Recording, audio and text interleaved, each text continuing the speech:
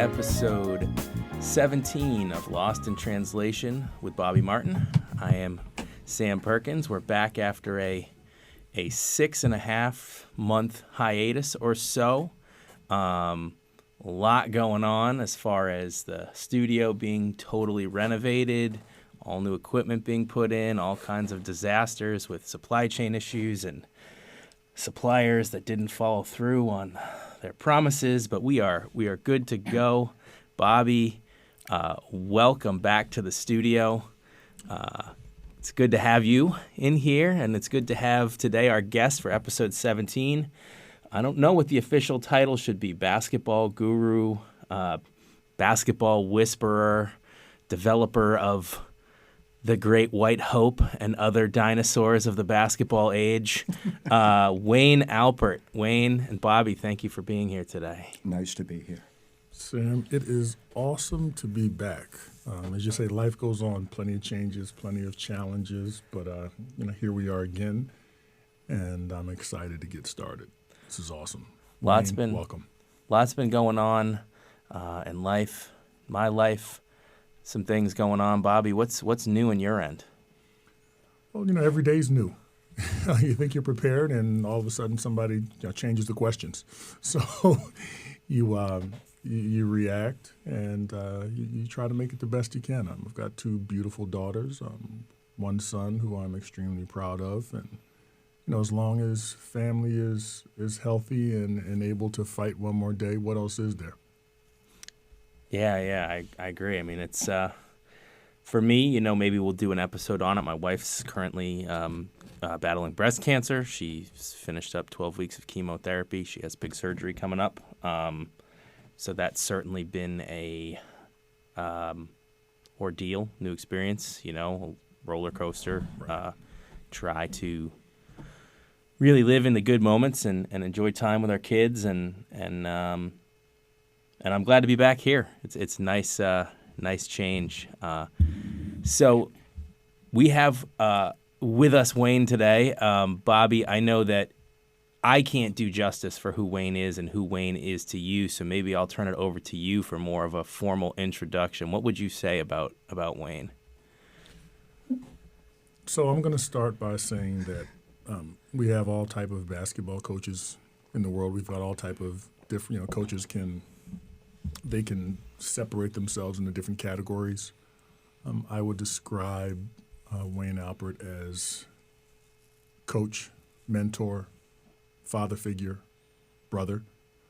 What makes Wayne different for me in my personal experience with him was his ability to not simply communicate, but to connect. Connect the dots between what's possible and where you currently are. I think for athletes, it's an extremely difficult process to try to connect those dots because we live in worlds that most people don't get to experience. Wayne has been, for me, the most influential part of my professional life and my personal life.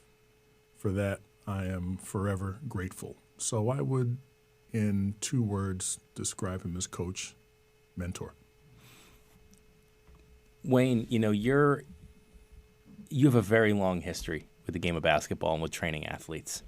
And you predate now, there are trainers, and some of them are legit trainers, but that are, it's just as much, I think, marketing and image and, these guys that are working with NBA players that they're all over, Instagram and, all that sort of stuff. And you go way, way back before social media, before all this stuff, to really before basketball-specific trainers almost existed. You were one of the real originals. Is that a nice way of saying I'm prehistoric? You predate the hype around basketball training. You predate really the all of the show of it and going back to when it didn't really exist. So I know it's a long and winding road, but how did you get into sports specific training, basketball training, I don't know if you had a background as a player. You're certainly, I mean, let's be real. You are a short, white Jewish man like myself. And it doesn't scream like someone that basketball players are going to flock to, especially in the age where the sport has become it's always kind of been dominated by tall guys, at least in the modern era, but now tall African American or even today European. How does that come to be? How do you become a basketball specific trainer? I think most people that aspire to be better at a job, an event, a hobby, an interest are going to observe that interest as it is in life, wherever it is. It could be as a beginning process, it could be as a completed process, it could be anything in between. But first you have to start becoming observant. And I think I said this before when we did an interview, that I believe that one of the greatest blessings that I had as a coach is I didn't have anybody to teach me wrong. And that happens frequently. I have a great example of that, but I'll use that later. We all hope that the things that we're trying to do on a basketball court are going to be effective. We think this will help us shoot better, this will help us be more deceptive, this will help us hold our position better.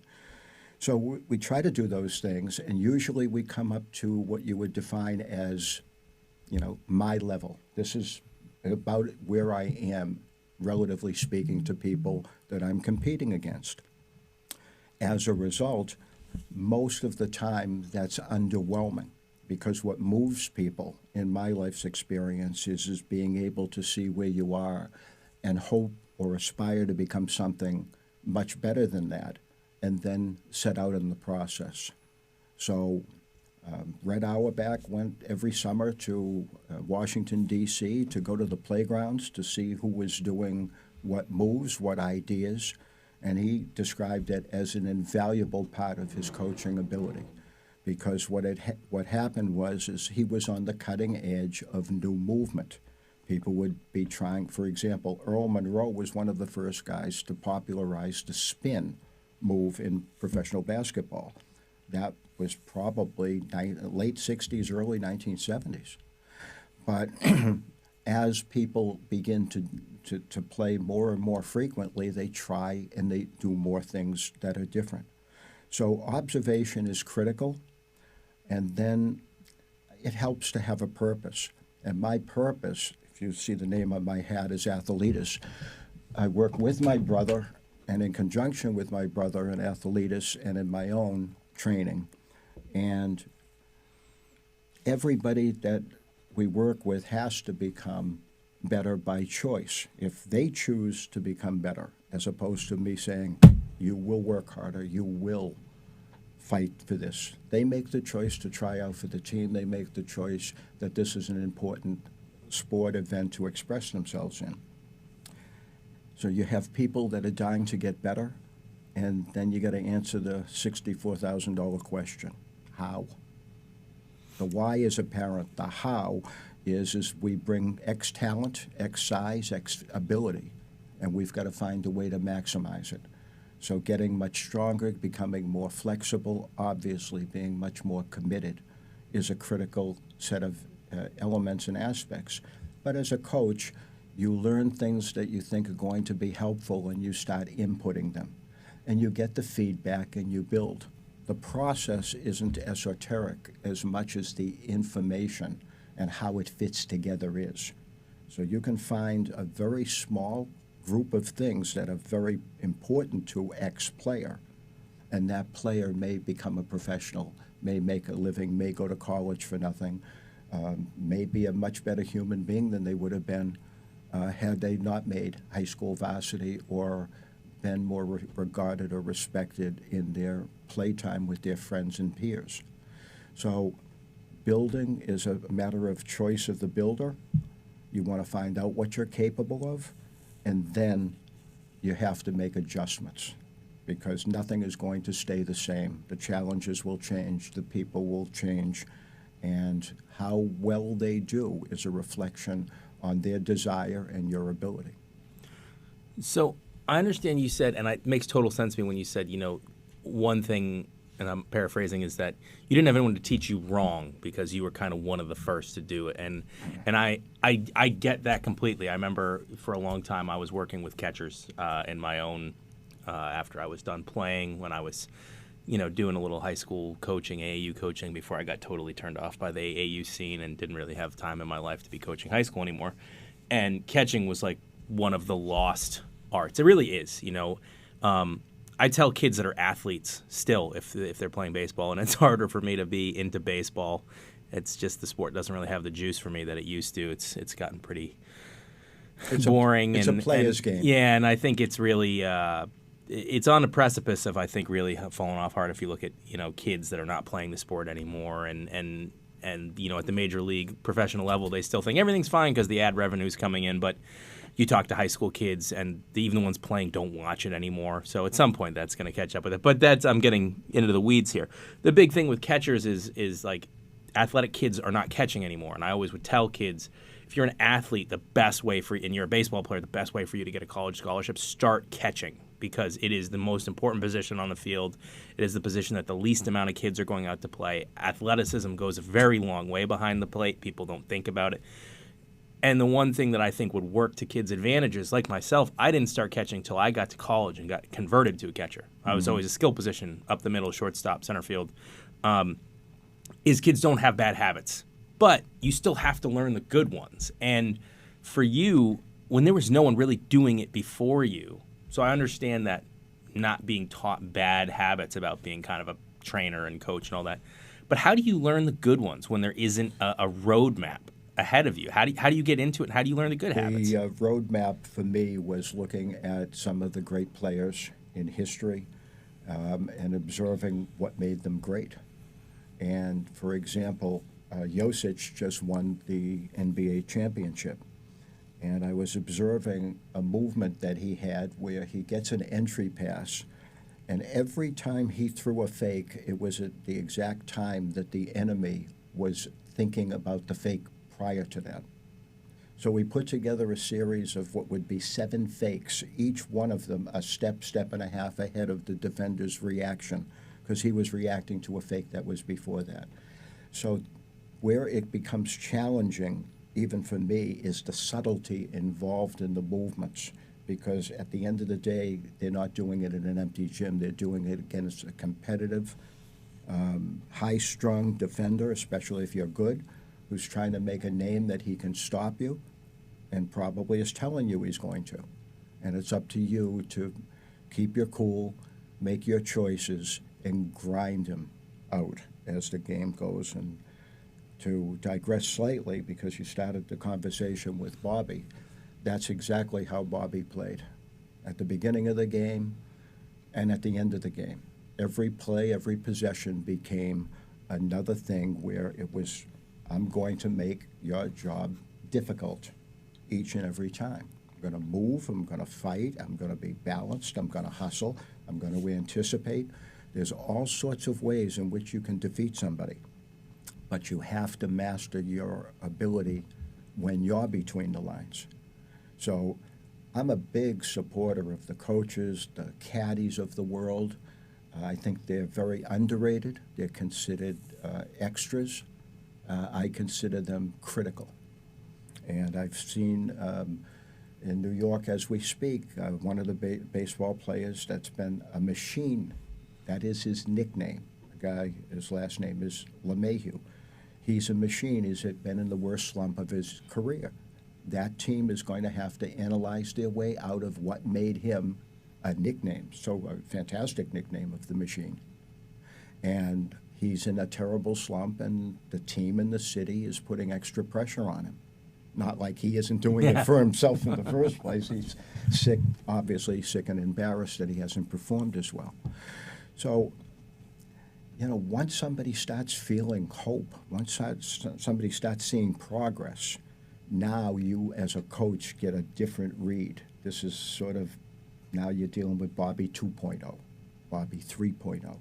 And if somebody has got it in them, they're going to fight all over again from their new plateau. If you've got them to the next level, they're thrilled with that they did it, but on the other hand, they know this is now the new baseline. And Bobby did this a half a dozen different times in his career. Bobby, tell me about Wayne as a coach, and how did you wind up, working with him? Because you guys have an extensive history at this point.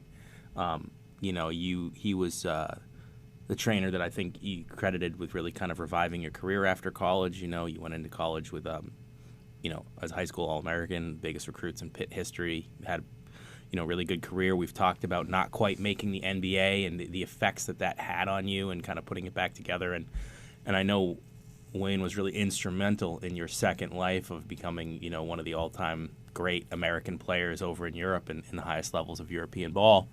But how did you wind up originally with him? And where does that connection start? And what would you say about him as a trainer, what it's like, working under him? So I'll start by saying it's all about growth. I believe it was William Butler Yeats who said that happiness is neither virtue nor pleasure, nor this thing nor that, but simply growth. We're happy when we're growing. Wayne helped me, who I affectionately call Midas, affectionately, because he had the golden touch. He was able to touch a part of me that I didn't know existed. I felt it, but I couldn't do it. There's another saying, when the student's ready, the teacher will appear. I found out that I had to become my own teacher. I had to actually let myself go in order to learn. There were parts of me that I had to, I would say, subdue my passions, okay, in order to grow. That's what Wayne was able to do for me. I think there are many players who are talented. You've got talent all over the place, but talent's not enough. You need certain habits to protect your talent. You need a certain degree of, I would say, let's call it attitude. All right, what are you willing to do? What are you willing to give up? What are you willing not to do? Because once you say yes to one thing, you're probably saying no to a lot of other things. For me, he was instrumental in tapping into that part of me. For that, I'm forever grateful.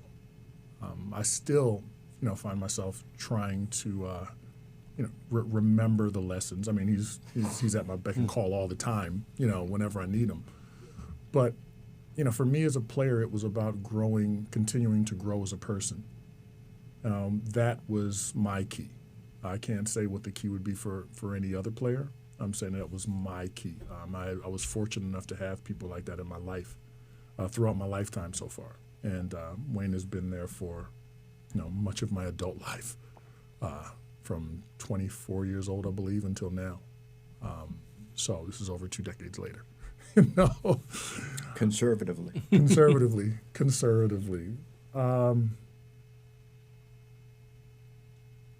I saw other players getting what I wanted. I saw them growing. Players who I didn't have that many problems with in college. We were all in the same area, the same part of our careers, and didn't have that many problems with them. But when I saw them getting better, drastically better, I said, "Ooh, who did that? How did he get so good so soon?" And it intrigued me. I still couldn't get out of my way. When I found out who it was, and this is, I believe, one of the things that Wayne had to fight against as a younger Jewish white coach in a sport that's predominantly, African American. I'll let him speak on those challenges, but even I was a victim of what I didn't know. So I finally decided to say yes. To reason, okay, and the rest was history. Do you think if you had said yes earlier in your career that things would have gone differently for you? So I'm going to tell you how I handle this. I try not to sit back and think about what could have happened. I think that's one of the problems in many communities. You sit back and wonder if. Of course, things would have been different if it's and buts were candies and nuts. What a party we would have. I'm grateful for today. Now I've got to work with what I have now. I will not look back in the past. I think one of the things that Wayne helped me do over the years is to let go of the guilt. There is a certain guilt in there was a certain guilt in not making the NBA and not being able to say, everybody has dreams and wishes, but you do what you can with what you have. I was young enough and dumb enough and talented enough to not see what I needed. It's what you don't see that kills you. So yeah, things would have been different, but does that make me, the pain that I've gone through helps make me who I am today, in a positive way. So I don't know. Wayne, you haven't just been a basketball trainer. You've worked with all different players of all different abilities and positions, but you really kind of carved out a niche as like a big man coach and a reviver of careers that were on the peripheries of the game, so to speak. Like if you look at some of the players that you've worked with, and there's been a host of them, but like Mark Eaton, who is a long and winding road, even though he was 7'4" and an all-time great shot blocker, didn't even really play basketball until late. He was a mechanic for a while, goes to college, but doesn't really play in college. Ben Handlogton, who I believe is still like the oldest American-born NBA rookie to break through as finally, get to the NBA. He was, I think, the oldest American-born player to do that. There's been a lot of them, Antonio Davis, Theo, Ratliff, a long, long list, but a lot of bigs. How did you come to specialize specifically in bigs and in these kind of revival projects? And what would you look for in a player? Because I understand sort of almost the Moneyball approach for someone like you, where you're trying to carve out a niche. There aren't a lot of basketball trainers. You're not a guy that can just be like, oh yeah, I played at Kansas or UCLA or something. So you got to see the potential, but the guy that really needs the help, so he's going to listen more. So what did you look for in players, and why was it bigs? How did you come to specialize in bigs? Well, I thought I could beat up the bigs physically. So then it was very easy to match them on a court after I kicked them in the head or something. Essentially, what I wanted to know is that it was important to improve for anybody I work with. Because if it's not important to them, it's certainly not going to work. It's not going to be important to me too much longer at that point. Bobby and the people that did the best with me came to a conclusion that they've taken it reasonably far as they can up to that point. And give or take, the give or take wasn't going to be, because the people in the profession, they cool off to you. They're very, very nice to you on the way up when they think you're going to be a first rounder. And they'll shake your hand, they'll give you a big pat in the back. But at the end of the day, you're the one that gets released, and you're the one that's looking for work. And that's not a reasonable position. Essentially, I thought that the big men I love big men. I think they need to have changed the rules to allow the big men the glory of being able to play and compete more one-on-one. And I got a chance to see Kareem Jabbar when he was Lou Alcindor, and Bill Russell playing a young Wilt Chamberlain. That will date me pretty good, but it's true. So the big men had a little bit more trouble. They got thrown into the post when they were playing because they were the biggest guy. You rebound, you block shots, you get a post move once in a while, you set a pick once in a while, and we're good. And that worked for everybody that was small. It did not work for the bigs. The bigs were lacking a lot of experience that they were able to get. They were behind in movements, coordination, balance. They had trouble anticipating because the game is kind of blind to a big man. You have your back to a lot of the play.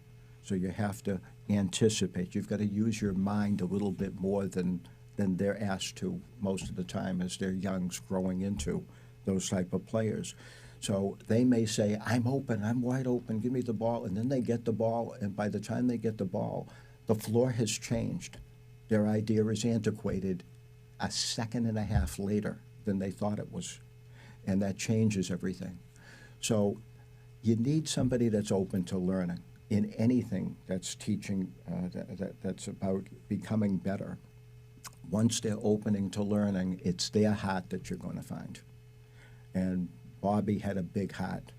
Antonio Davis said, all my friends were in the NBA. All right, things like that happen. But the best of the stories, in my opinion, are people that deeply appreciated being able to get over the hump, put enough money away to build a life or begin a life anew afterwards. Because that's the sad part about what I do is that many of them have trouble overcoming the transition from professional athlete or even young athlete that gets a lot of positive attention, whether it be to even reach high school varsity. You could be a big man on campus. Everybody can know who you are. But as it goes through, once you start improving, you're not looking at the same guy anymore. It's up to the guy to show you, all right, I'm now doing this. The next question is, what's next? And when it comes from the player, when they're hungry, when they're excited, when they can't wait for Monday to come around, so they're back in the gym because we worked out 5.5 days a week. They got a day and a half to recover. When they walked in Monday, they were hungry. And Bobby became very helpful in leading the guys that came after him so that they had a much better and clearer chance to understand the opportunity that was in front of them and to do a better job at taking advantage of it and building something positive from it. Do you have any favorite players that you've worked with aside from Bobby, who's, in here? I know that almost goes beyond player-coach relationship to mentor-student, father figure, and that sort of thing. But do you have other, success stories or player stories that are favorites as you look back on your career? I have one that Bobby was directly involved in, and I was almost not around too much longer after that. Early versions of Ben Handlogton was very playful. He was almost like an oversized puppy dog. He'd show up, he'd take the lunch pail out, he'd do his work, and he was happy. But I wasn't getting his A game. I wasn't getting his A intensity. I was getting, he said, more than anybody ever got out of him. I said, one day you're gonna wake up and you're gonna say, good isn't good enough. And once he said that, which was about 4.5 years into his career off of a traumatic event, the traumatic event was almost harming me by accident in a playful thing. He was in a car and started playing with the car a little bit. It got out of hand. From that moment forward, when I, instead of killing him for what he did, I told him, that's what happens when you don't grow up. And he was successful before that, but I would define his success as pretty good. He became special after that. He won a Turkish championship with his another client that we had, Quadri Lawless, and the effects of both of them. Quadri was about a third skinnier than he was in college, and that was wonderful. And him and Ben played for a number of years together and made a great name for each other.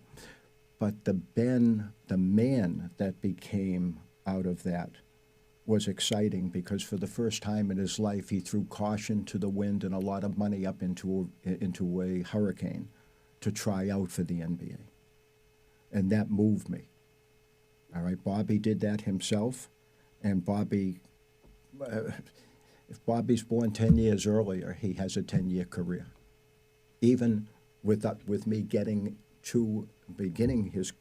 working with me at the exact same time. 10 years earlier, the game was a little bit different. The game softened in the 90s, and that worked against Bobby. Prior to that, when they let people play, and if you went for a layup and you didn't get knocked down, your teammates were looking at you like you neglected to defend us. It was a very tribal group. But at some point, the NBA decided that they did not want that kind of physical basketball. And it's a shame because each basket was meaningful. And if you talked to somebody, you knew. You knew somebody was going to give it to you back, no matter whether you were 7 feet and you were talking to a 6-footer. Somebody's going to find you and let you know how they felt about it. So what Ben did by finding himself was stunning, because kids like him, if you saw him as a young tyke at 2, 4, 6, 8, 10, you'd see the same goofball. And instead, not only did he become a fantastic player, but just became a pillar of the community. Brought up a wonderful family, a sensational family. They're missionaries. They do wonderful things for each other. And his son had a fantastic first year at Marshall, and he transferred, I believe, to, I think it's Florida. So as a second year, which is a tremendous step up from, nobody wanted him above the Marshall level going into his first year. So that, I would say, is a result of what Ben achieved and the way Ben handled himself, because had he not, we don't even know if that young man would have been born. So for those who aren't familiar, what could you say about Ben? You know, where did you find him, and where was his career at when you kind of first linked up with him? Ben's situation was a little bit different than most of them. It was a shade atypical. I got Ben directly out of college. He didn't need to see the real world for a few years. And just again, came in. I asked him about how his college experience was. He said, I hated my coach. I didn't like this. I didn't like that. I said, well, there's not that much to like. I mean, your game, as I look at it, you need to be better at this is a big laundry list. So he said, well, all right, let's get going here. So that was his A game at that point in his life. But what made him special was his reaction to the stupid event that almost changed his and my life permanently. And by getting beyond that moment and deciding, good isn't good enough, and I'm no longer playing the goofball. I'm going to play the quintessential man that I'm capable of becoming. And it was very touching to see, because I took a big chance grabbing that moment where he made a terrible mistake and saying, are we going to be growing up now? Is now the time good isn't good enough? And at that point, it basically took over. He started owning games. And it was assertive. He was hungry. Everything changed. His respect level for this, when it could have been taken from him by his own hand. At that point, being given a reprieve changed him completely. I almost don't recognize the distinction between the two, because Ben was always fun. He still is. But he didn't take anything serious enough to be an NBA candidate at that point. From what I remember, Ben, I think he played something like 7 years before making the NBA. A professional, came out in like '96, and it wasn't until like 2003 that he made the NBA. True. That most players, my understanding is once they kind of, there's that fine line, and it seems like Ben wasn't even on that fine line. That when he came out of college, he wasn't one of those borderline guys. No, he wasn't on the NBA radar. He was 6'11", during an era of 6'11s and 7 foots, and even bigger than that. That there wasn't anything really distinguishing him at the next level on paper at that point. And my understanding is even with the borderline guys, that sort of once they make that decision of, I'm going overseas, I'm going after the money, that is over there because kicking around in the minor leagues in the United States, the money isn't there for the most part.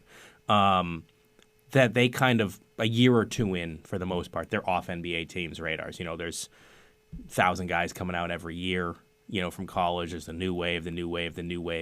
There's only like 400 roster spots in the NBA or something like that. That's right. And the number of roster spots that are up for grabs that aren't occupied by established vets is much smaller than that. So how does someone, even when he makes that decision of, all right, like my eyes have been opened, I've been in this, whatever this traumatic event, nearly catastrophic event that has changed my mindset. For a lot of guys, even when you change your mindset, if it's you're 7 years removed from college hoops, you can't even get anyone to look at you. It's pretty late it's beyond late in the game. How does that happen? How does a guy at that point get on an NBA roster? Well, in this case, a lot of the players that pick up and go overseas during the middle of the summer or towards August will pick up and leave before veteran camp because the European seasons begin earlier. And what happens with that is that the players that want to, let's call them practice players for the vet camp, when they come into veteran camp, you know whether the team respects you or not by whether they offer you guaranteed money for the year. In other words, we want you for the year. We're paying you for the year, all right? You're beginning now. We'll see how it goes. No, that wasn't it. They didn't offer him 10 cents to come in any meaningful sense. What happened is that he went in and he simply was sharp, whether it be passing, whether it be picking, whether it be anticipating, hustling back up court. This is a guy got in a ball game about 2 months after he made the NBA and put up a 10-7 in the fourth quarter of a ball game. And I don't even know of a white American that's ever done that. I mean, I was watching it and I said, this doesn't look that crazy for him. He's capable. So Ben knew that they had to do what we have always talked about in the program. Let them stop me. I don't want to stop myself. Let them prove that they can stop me. And if they can, we'll make adjustments from that point. But Ben made it, hung around. They tried everybody else out. They did not get answers. And then you get thrown in for 2 minutes, so you got to turn it into 4. 4 to 8, 8 to 16. And if you perform well in those situations, the respect level begins to accumulate. Now, the level of man that Ben became is after he was just starting to get traction. Sam, what happened is he got an ACL, and that was rare in our experience. A lot of it is the dehydration of playing in heights. A lot of it is you're playing. A lot of times you're sitting, then you get back and you're playing extra minutes. So he hurts himself at the end. A year and a half later, he's back in the NBA off an ACL in his 30s. And I don't even know if anybody's ever done that from his position of respect level. So that's to show you the kind of guy he became. Is the same guy that wouldn't take a chance and throw money up in the air for the right to compete and outperform NBA players and get on their radar. At this point, he knew there's no reason to go to Europe. All right? If there's another challenge waiting for me, it's here. Bobby, what do you remember about competing against Ben, and what do you remember about that working relationship between him and Wayne in this sort of transformation? And it's just as Wayne described. Ben was playful, talented, aloof, but a heart of gold. Wonderful family. Well, not a family at that time, but I'm thinking of him now. He's got a wonderful family. And yeah, he was looking for answers. I think, I mean, again, if we're going back to what Wayne represents, is he represents, the players become successful, but Wayne represents significance. You know, there's so much that you need. I'm not going to say that basketball is complicated. I will say that it's complex. There are many complexities that we don't get a chance to, as players, we don't get a chance to, while we experience them, we don't have answers for them.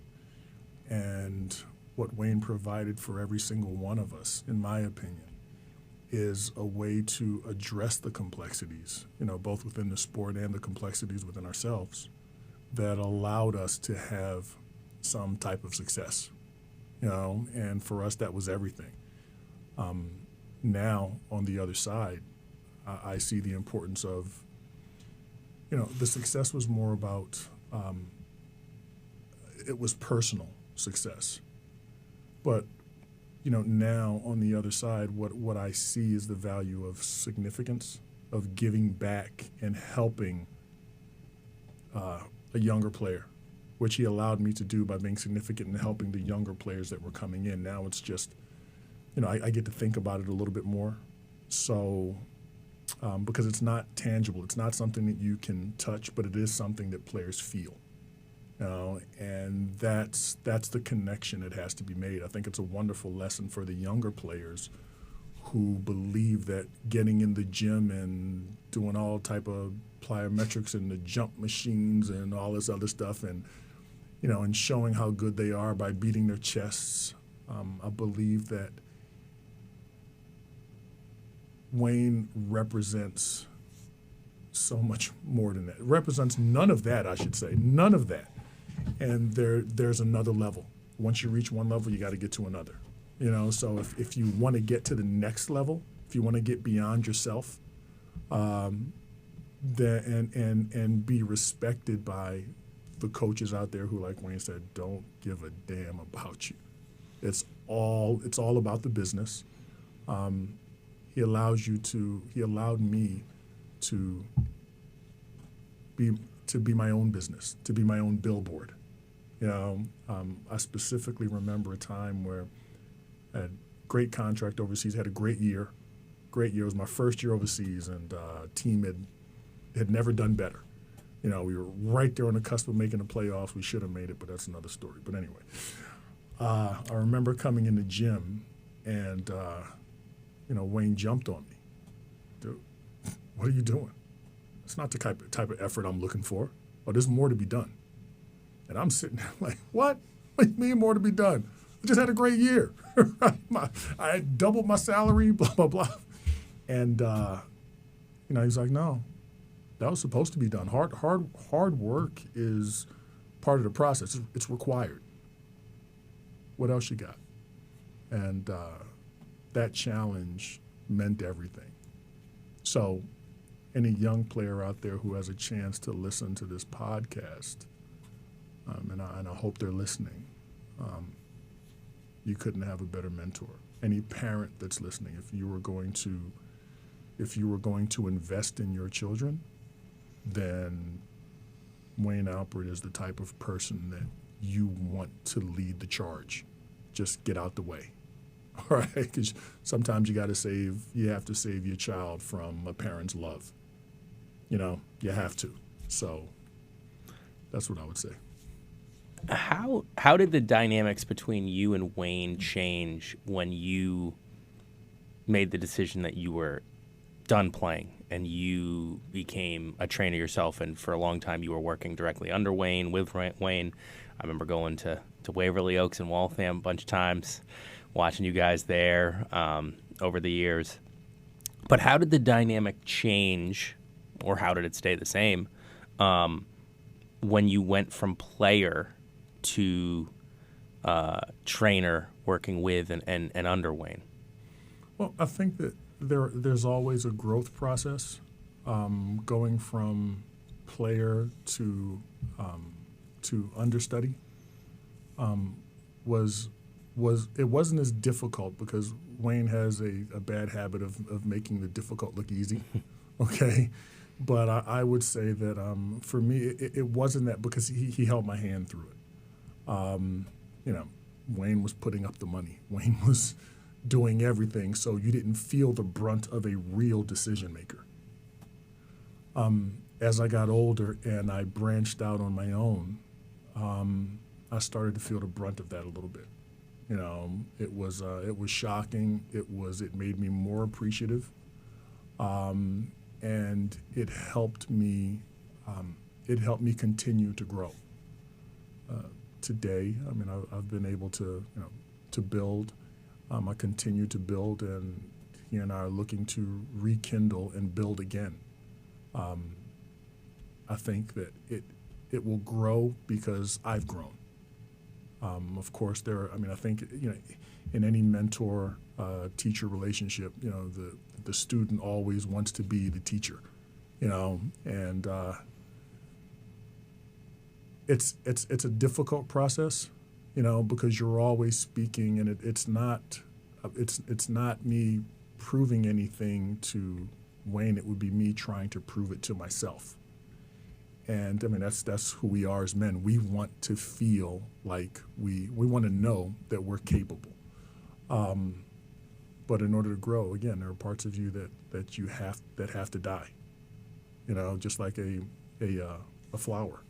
You plant the seed, but the husk of the seed has to die in order for what's inside the seed to grow.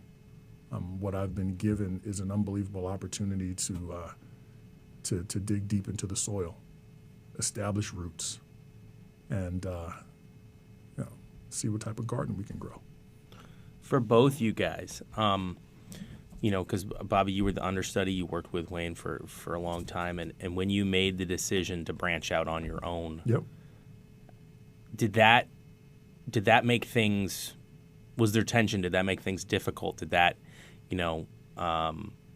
was there friction? What was that process like? What was it? I'm trying to think of the wording here, but was it difficult? And did things get distant at all when Yes.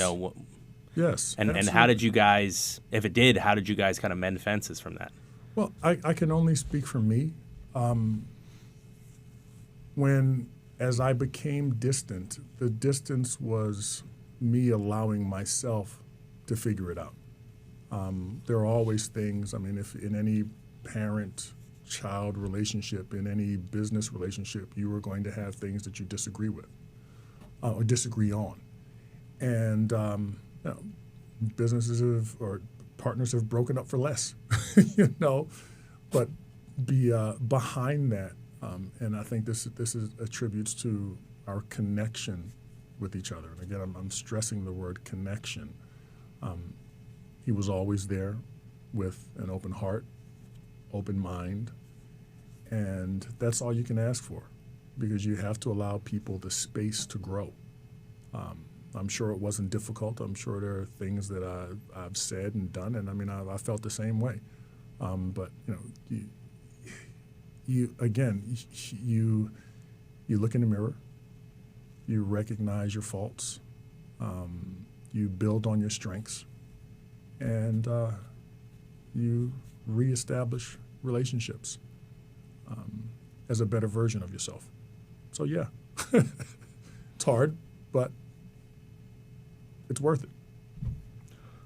Wayne, how did you handle it, and how was it for you? Because I know Bobby is I think I don't want to speak for you, but the player that you have had the longest relationship with, as far as players that you've trained and coached, and he's been there as a player, he's been there as a coach. It's very, very long, this sort of sensei-student relationship, sort of surrogate father figure and son, and how did you? What was the impact on you when Bobby first went off on his own? Well, when we went our separate ways at that point, it was probably more political than it was anything else. It was just there were things going on socially and culturally that were so significant that I could no longer just shrug my shoulders and say, I'm apolitical. The world spins around. That's their world. My world spins around here, and so on. And I don't have children, but everybody I've worked with, I feel a connection to. And obviously my connection with Bobby was the deepest.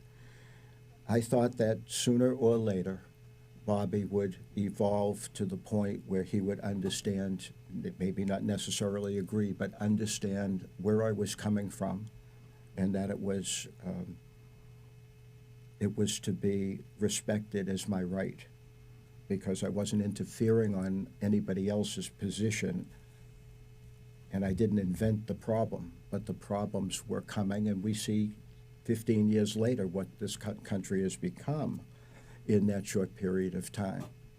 And the germination of a lot of the stuff that's going wrong over the last few years has a root about 15 years back. And that was in and around the time frame when things began to become, I would say, much more personally challenging. But it wasn't my fault for seeing these things. It was my life to live. It wasn't Bobby's fault for his perspectives. All right, I knew that I had helped Bobby to create himself as an exceptional man. You can hear it in the way that he describes life and the way he describes challenge. But at this stage in Bobby's life, he's now become a mentor to so many people. The mothers and the fathers, especially the mothers, I think, that don't have a father figure at home, are desperate. And they're not desperate for somebody to step into those shoes and in that role, but they do want their son or daughter, but especially their son, to know that their perspective may not be as well-rounded, experienced, and sharp as they think. And Mr. Martin will be able to help you understand life, yourself, and the game. And that's not ordinary, that's extraordinary. And that's why I've loved him, and that's why I believe that eventually we would reconnect at that level and even deeper. Speaking of kind of change and things changing, and this isn't on the same level as, things going on in the country, the world, all that sort of stuff, but, the game of basketball during your time as a coach and as a trainer has gone through many evolutions. You talked about, the 80s, and you watch old footage back then, and it's like, oh my God, like literally fist fight, like the classic clip of like Robert Parrish like punching Bill Laimbeer multiple times and not getting ejected from the game is amazing. Like you watch that now and you're like, I don't even think he was assessed a flagrant for that. Like he literally punched Laimbeer like three times. Today the lawyers will be in the stands. So there's that, but then also so the physicality has changed in a big way. It went from essentially like a contact sport in the way that some elements of football, some elements of lacrosse, some elements of hockey really. Like in the 80s, I think there were much more similarities between hockey and basketball as far as hitting and checking and fights and all that sort of stuff, to a game that's not. And also, the position that you've really specialized in, the bigs, the fours, and the traditional fours and fives, is everybody's shooting threes now. There's a reliance on analytics and a de-emphasis on post play, on rebound, especially offensive rebounding, which is one of my favorite things because that's maybe the biggest effort stat there is. You don't have inside positioning most times, Exactly. And you're just going after the ball and outworking someone. What do you feel about the evolution or the changes of the game? I think evolution always implies getting better, evolving. And I don't know if everything around basketball is an evolution the way the game has changed. Maybe it is. I'm not the expert, but what do you think about the changes in the game?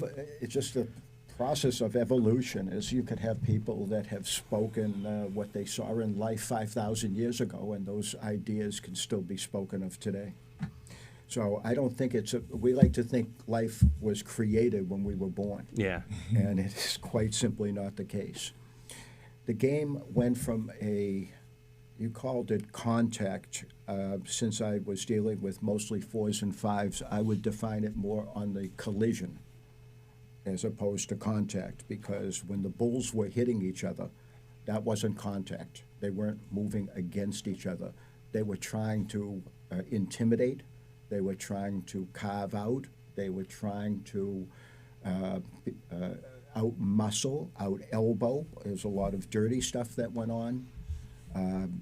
One time I got a chance in private to run into Ricky Mahorn. I said to Ricky, I just want you to give me that look that you always gave people before you laughed in their face. And the next 10 seconds seemed like a minute.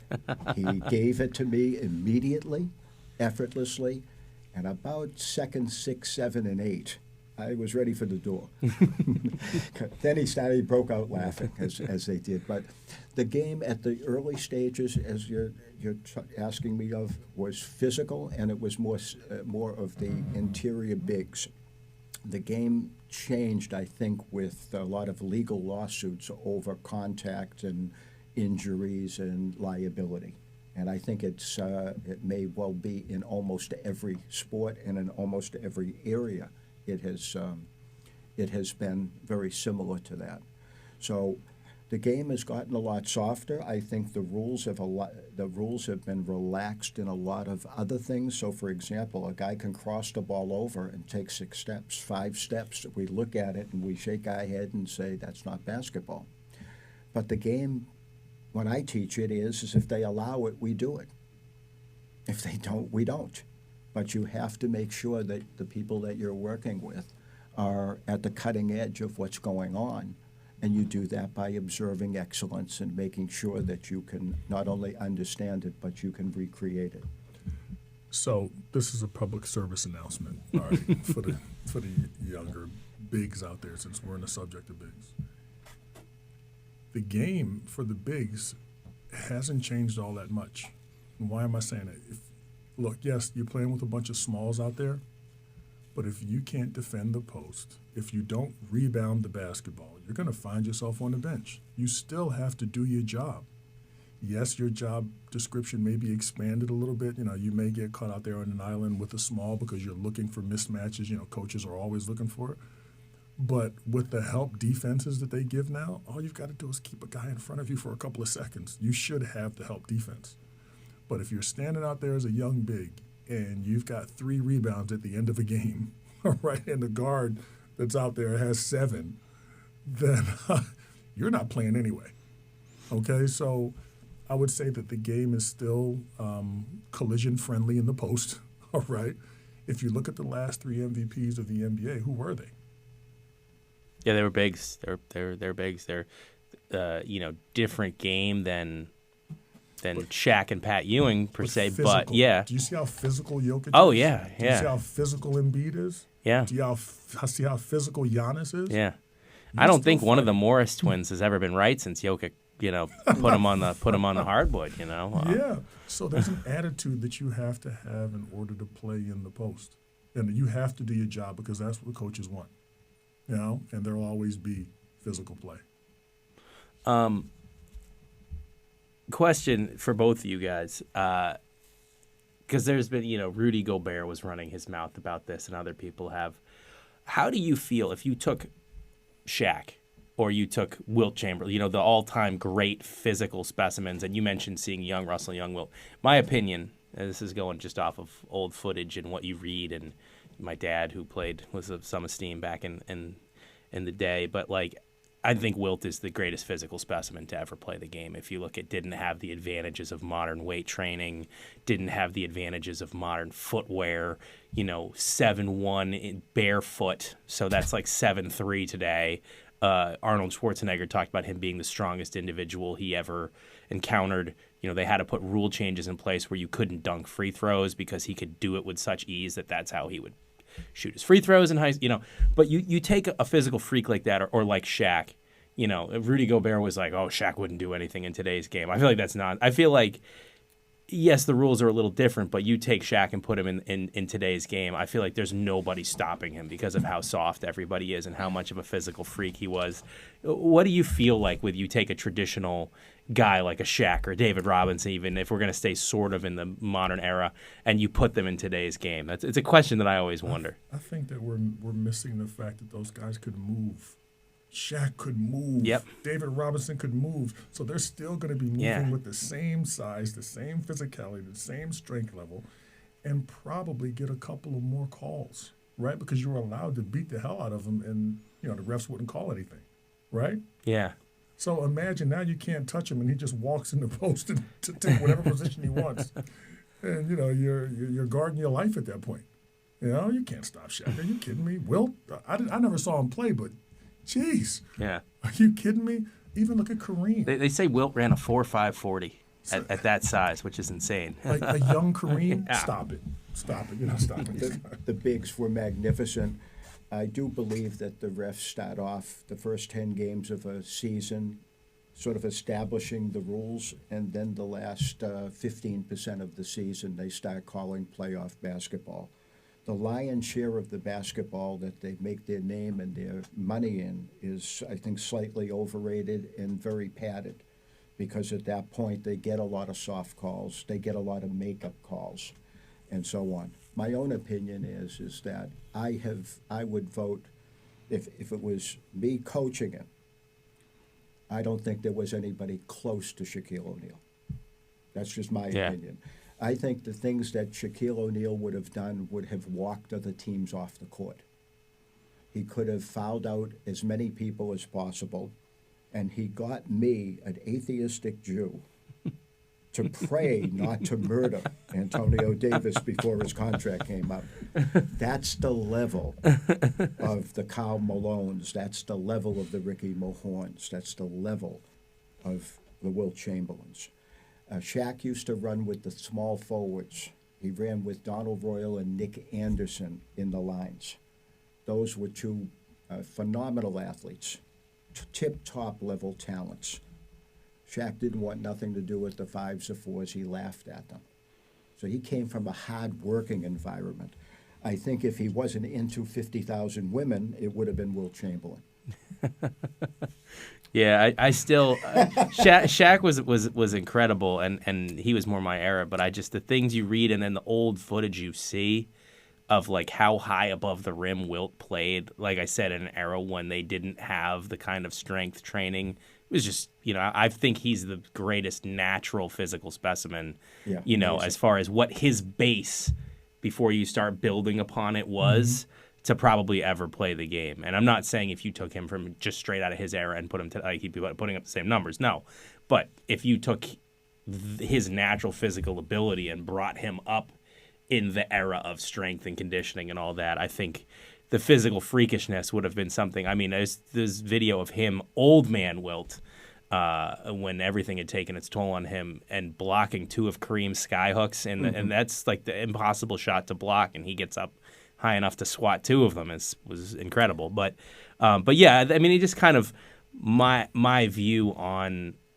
I think that the game has changed, but I think you took a Shaq and put him into, I think that his numbers would have been even greater, because there's just no one that could. Kids aren't coming up now looking for contact and looking for, I think, for the most part. During the brief period when I was doing some filming and stuff around the AAU circuit before I got totally turned off by it, which happened almost immediately. But, the thing that would stand out to me the most is like the kids that would actually rebound the ball on the offensive end.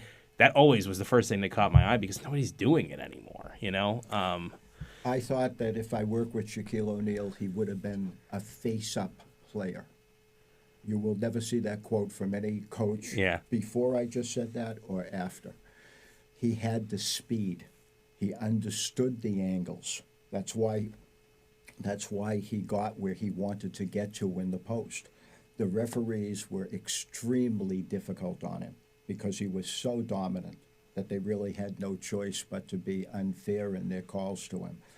But a 20-year-old Shaquille O'Neal and me, I don't think would have been touchable, because I would have had him as a face-up player. Not because he was going to be a deep shooter. That wasn't going to be. But because I got Donald Royal to go to the foul line 390 times in 391 field goal attempts one year.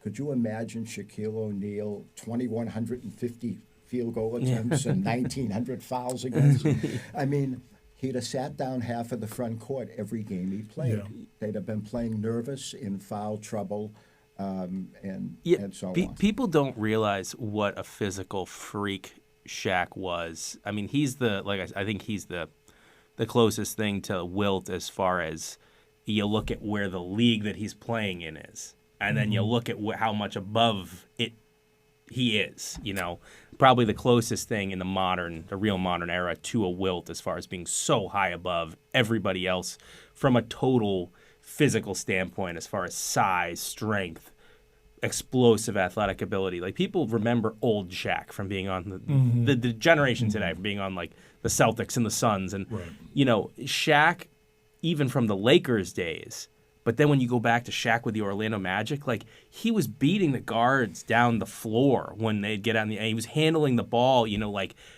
like three. People talked about when Giannis took like 3 dribbles or something from one end to the other, and it's like Shaq was doing that and dunking the ball, but doing it at I think when he came into the league, he was 7'1", like 303. He was doing it somewhere in the 300 to 315 weight range.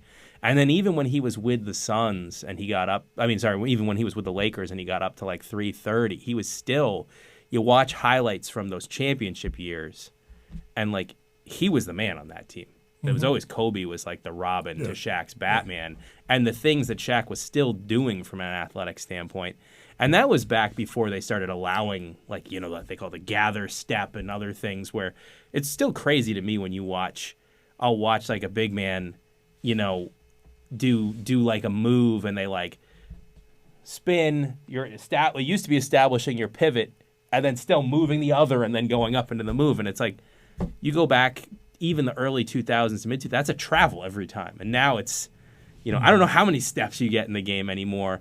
And it's not just the like on the move taking maybe an extra step, but it's literally guys post move, pivot, what used to be establishing your pivot foot, and then moving that going up into a layup or a dunk, and that's stuff that never used to be allowed. There's an answer to that. I'm not going to give it, but there's an answer to that. But I remember talking to Ronnie Nunn, who was a long-time NBA ref, and you ask. He was asked the question. He said, "Well, how do you ref Shaq's games?" He goes, "No, Shaq can do whatever the hell he wants to do." That's how dominant he is. He can do whatever the hell he wants to do. You got to call something. Right? I mean, do you remember when they played Philly in the championship, how he was just displacing Dikembe with every dribble? I remember how much he was, just, and Dikembe he wasn't was waving the finger at Shaq. Yeah, and Dikembe was an all-time. I think people they'll think, Dikembe was garbage, and it's because the only thing they have to go on is him against Shaq. And it's like, Dikembe is an all-time great defensive player, but he couldn't do anything against Shaq. Yeah. Wayne, how has, so you're obviously, as are all of us, older than when you started doing what you're doing. And the game has changed a lot. And, I don't like to be one of those back in my day. For the most part, I'm not getting into politics, but I'm in favor of social progress and change and evolution as a society. And I'm not like, we need to go back to the 50s when it's like, we couldn't be sitting here at this table, doing this in most of the country, given the dynamics here. But, there is a softness that, you kids today, they don't play on. You drive by in the summer, it makes me sad every time. You go by basketball courts. I remember when I was in elementary school, middle school, high school, like, you're talking 90s, early 2000s, everybody was playing. Even back then, AAU was exclusive. You had to be picked. You couldn't pay your way onto a team. Even the great players were still playing pickup ball with, like, grown men. I don't know how many times I got my nose broken doing stuff like that. And I do think it built a level of toughness. There wasn't social media back then, so it wasn't, anyone that had a camera or friends that were good with a camera or money to throw at a videographer could be making these, cinematic tapes of themselves looking like NBA superstars, starring in some sort of dramatic, noir film, and then going onto the basketball court, like the branding, the hyping, none of that existed for players, but it didn't exist for trainers either. Now you see all these trainers doing all these crazy drills on social media, even the good ones, the legit ones are still, they're like marketing themselves out there. You've been in the game a long time. The game has changed, and you are not someone, I think Bobby would agree, that is ever going to be stroking players' egos. That's not your style. It's always been blunt. It's always been, here's how I see it. You're not someone that's going to be self-promoting across, channels. How has the game, how have the changes impacted you as a trainer? And what do you feel about the changes with players and the softness and just the changes with I feel like a lot of NBA players are looking for trainers that are going to stroke their egos and make them look good on social media and not rock the boat and know a little bit about basketball. And I'm not degrading because there are some real legit ones out there, but there is like an ego stroking component that seems like it comes with a lot of the high level trainers, the younger new generation, and that's clearly not your style. How has this impacted you? I would say that most of what's gone on has moved in a more selfish direction. The kids are always interested in looking up their videos that they post online. You'll look at a kid that put a video on, and there'll be a certain amount of people that look at this video, and the video will be all of 30 seconds. They made one basket. But they feel that that's praiseworthy to the point where they should be hyped. When I was coaching the large groups of college people that were trying to become professionals or young professionals that were trying to move up, it was trying to help them build a life. At this stage, what I want is for people to build a bridge to a better version of themselves that's more personal, that's deeper, as opposed to that they get better by becoming better basketball players.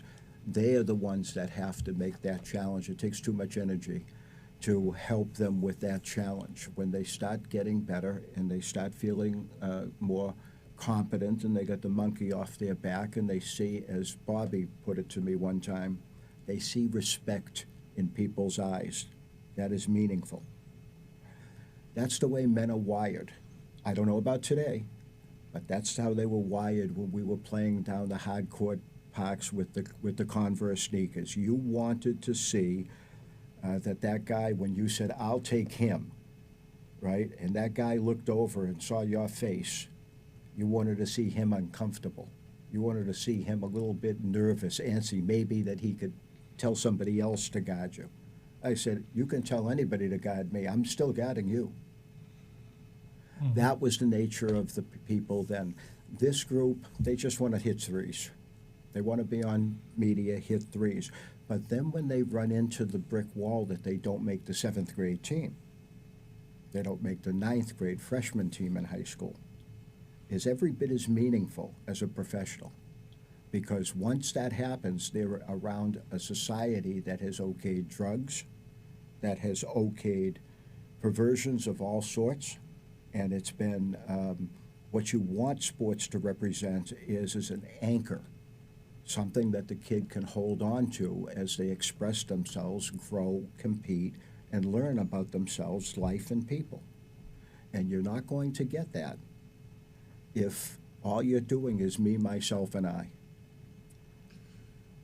You know, what I'm seeing now is the parents are in many instances the problem.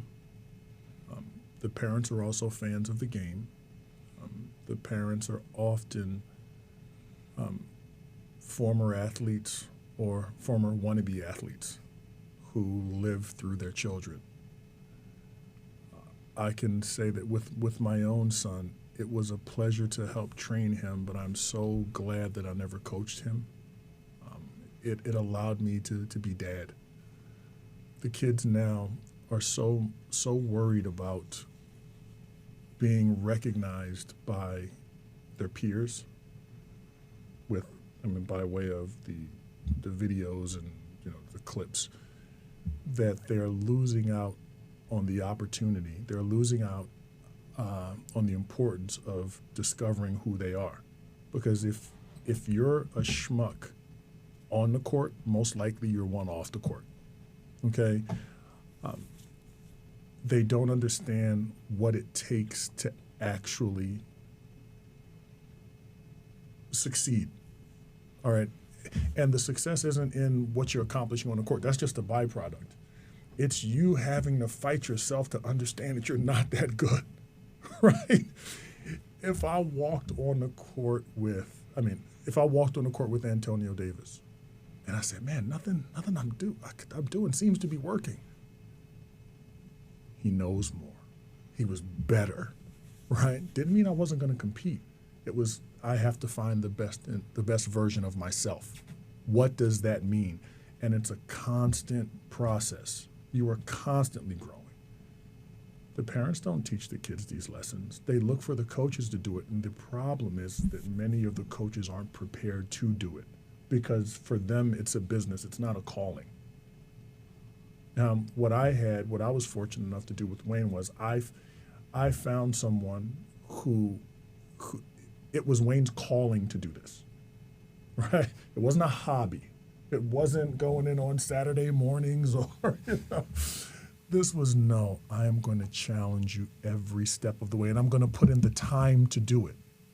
If you want to talk, let's talk.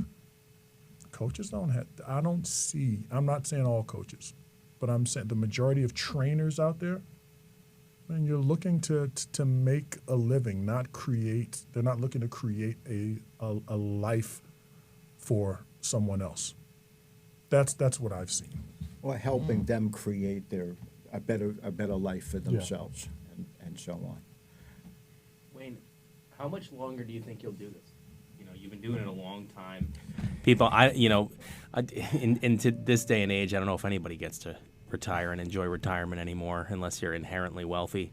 But how much longer do you think you keep doing the day-to-day training kids? Or young men, or I'm going to be 70 years old in February, and if I was going on age, then it's in God's hands. If I'm going on where I am as a coach, it's as long as I feel like doing it, because I could still discern subtlety at a very high level and make that subtlety into something that I can understand, recreate, and train people. So what you're looking for is some other X factor, something that will fit their game better, something that will make them more deceptive, more effective. And what that means to them is going to come out in the wash. How they present themselves, how they show up for work, what they eat, and how they relate with other people. But years and years ago, the New York Knicks had a very intelligent player out of Princeton named Bill Bradley, became a senator. Bill Bradley said a very special line when he was being asked about basketball. He said, I could tell more about any man on earth who likes basketball by how he plays the game. Does he include other people? Does he hustle? Does he blame other people for bad passes or mistakes in communication or something like that? How he comports himself is extremely important, and that's not going to happen by accident. So you have a chance to teach somebody if the parents give you the room. The parents are more likely, in many cases, to be obstacles as opposed to propellants, because they're hearing from hundreds of people. That's actually the biggest challenge in the game for all trainers. The more you make a player more successful, the more people come out of the woodwork to say, but we're next. We're the next level. And you can do it by faking pictures. You could do it by exaggerating achievements. We have people that literally create resumes, and 10, 20 years later, you find out online they never went to that college. They never played varsity for this sport. It's hilarious, and it's sad simultaneously. I guess the last thing that I'll ask both of you guys, because we've been here for a long time, and I think we're going to have to probably have a part 2 and maybe a part 3 down the road of this conversation. What advice would you guys give to the young kids that are coming up that are as athletes, that are, not saying the ones that are just like, I want to be a pro, but just at any level, the young kids that are playing the sport, a sport? Because I know you guys work with kids of different ability levels. What advice would you give to young kids that are getting into sports today? I'll take a quick one at this. I think that the young kids today got to understand the difference between that they want to be good at this game because they have needs for respect and recognition, and that's wonderful. But in the scheme of things, basketball at best is a vehicle. And that vehicle should be to find yourself, to find good relationships, and actually have the strength to let go of bad ones. I'm going to say this as nicely as possible, that they need to shut the hell up and listen. Their feelings, while they will be considered, will never be should never be the driving force behind their decisions. I think that they have plenty of adults out there who are trying to help them, and sometimes the message may come across a little harsh to them. I would ask them to slow down a little bit and don't kill the messenger. Listen to the message. It'll allow them to learn. One other caveat, I guess I'll put this as an addendum to that question, because I think we often talk about what advice would you give to kids, but we know that parental figures play a large role in the upbringing, in the athletic careers of their kids. You see a lot parents that are trying to live vicariously through their kids, or even if they're not, and they have the best of intentions, that they are really trying to steer the ship and push the gas pedals from the passenger seat. Bobby, I'll remember a piece of advice or something that you said offhand to me when you were working under Wayne, when you were understudying and you were starting to work with him. And it's something that I've always taken with me. You know, I try to use it with my own kids who aren't really sports yet, but I think about it when I would think about it back when I was coaching. As you said, you can't want it more than they do. And I think about that with my own dad, who was the biggest figure in my own athletic career, and unfortunately his death, you know, when I was a teenager, really, not immediately, but it derailed my career from the heights that it could have reached on raw ability and the drive that I had when he was alive, because his sports were just never the same. I never enjoyed them the same. I wasn't present in them the way that I was anymore. But he introduced me and let it be known, hey, like, you know, he was 6'8", 6'7". I'm 5'9" on a really good day. Like, you know, he was very real. Like, you know, there are people a lot bigger than you that are doing this, and you gotta work harder than them if this is what you want. And I'll take you and I'll work you out and I'll do everything you want and I'll drive you to the games and if you want it. But he left it up to me after he introduced me to it to be that.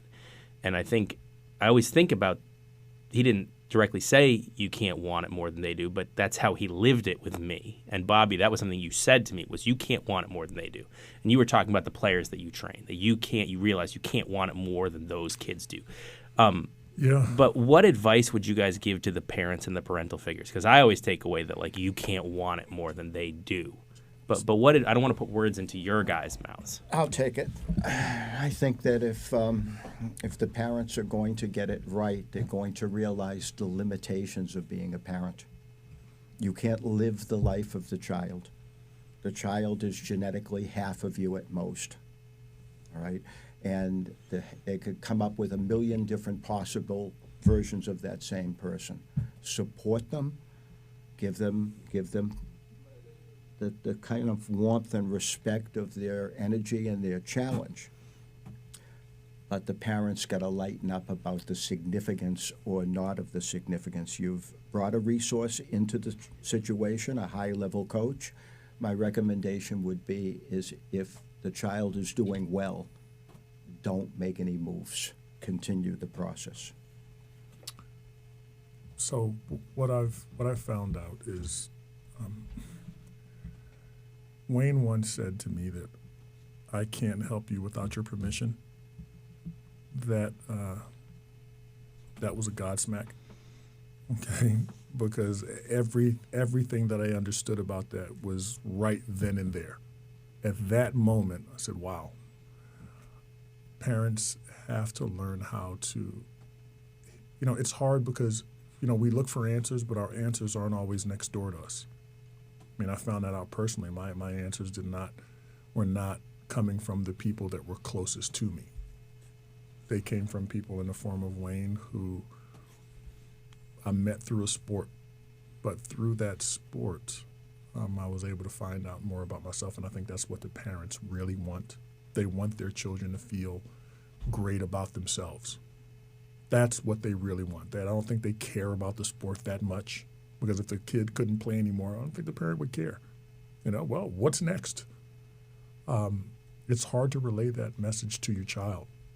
The parents get so involved. I mean, I've had to bark at parents before to step back, and I don't like doing that, but sometimes I have to, just to give the kid a chance to grow. And it's tough, man. It's tough because you want the respect. The parents don't do business with you because they like you. They do business with you because they trust you. And they've got to learn how to trust a little bit better that they don't have all the answers. Well, thank you guys for a great conversation. Bobby, it's good to be back here finally with you after Yes, a very, sir. very long hiatus. Wayne, this is long overdue. Thank you for joining us. My pleasure. And so, for episode 17 in the books. We're back. We're back in the new studio, the new equipment, and we're gonna get this thing rolling again. So thank you guys. Thank you. All right.